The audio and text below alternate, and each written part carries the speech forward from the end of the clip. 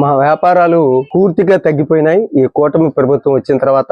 ఇదే సంక్రాంతి రోజుల్లో రోజుకు 2 లక్షల రూపాయల అమ్మే వ్యాపారస్తులు ఈ రోజున 50,000 అమ్మలేని పరిస్థితి ఏర్పడింది. దీనికి ప్రధానమైనటువంటి కారణం ప్రజల యొక్క కొనుగోలు శక్తి తగ్గిపోవటం. ఈ కొనుగోలు శక్తి జగన్మోహన్ రెడ్డి గారి ప్రభుత్వంలో నెలకి ఏదో ఒక పథకం రూపంతో పేద ప్రజలందరికీ కూడా మరి వాళ్ళకి చేతిలో డబ్బులు ఉండటం వలన వ్యాపారానికి వచ్చి వ్యాపారస్తులు వాళ్ళకు వచ్చిన ఆదాయాన్ని కొంత ఈ వ్యాపారాలు చిల్లర కొట్లు గాని లేకపోతే ఫ్యాన్సీ గాని లేకపోతే ఇంకా ఏదే రకంగా పరికరాలను కొనుక్కొని వాళ్ళందరూ కూడా మన తలసరి ఆదాయం పెరిగే రకంగా దోహదపడ్డది.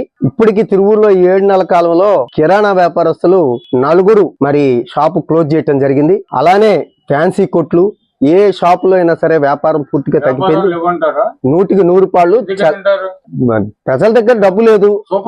సూపర్ సిక్స్ కాదు, సూపర్ 7 ఇస్తే ఏమి ఉండదు. జగన్మోహన్ రెడ్డి కంటే ఎక్కువ ఇస్తానన్నాడు. జగన్మోహన్ రెడ్డి ఇచ్చే పథకాలు కూడా ఇవ్వట్లా. కాబట్టి ఈ 7 నెలల కాలంలో వ్యాపారాలు చాలా తగ్గిపోయినాయి. ఇటువంటి పరిస్థితుల్లో మళ్ళా ఎప్పుడు ఆ ప్రభుత్వాన్ని తీసుకొద్దామనే ఆలోచనలో ప్రజలందరూ ఉన్నారు. ప్రజల యొక్క తలసరి ఆదాయం పూర్తిగా తగ్గిపోయింది. మాకు జిఎస్టీ కూడా ఇప్పుడు చూసినట్టయితే జగన్మోహన్ రెడ్డి గారు 5 ఏళ్ల ప్రభుత్వంలో కూడా దేదీప్యమానంగా ఉంది. ఇది మన లెక్కలు కాదు, వరల్డ్ బ్యాంకు ఆర్బీఐ లెక్కల ప్రకారమే తలసరి ఆదాయం అన్ని రాష్ట్రాల్లో కంటే మెరుగ్గా కరోనా టైంలో కూడా మెరుగ్గా ఉంది మన ఆంధ్ర రాష్ట్రాన్ని.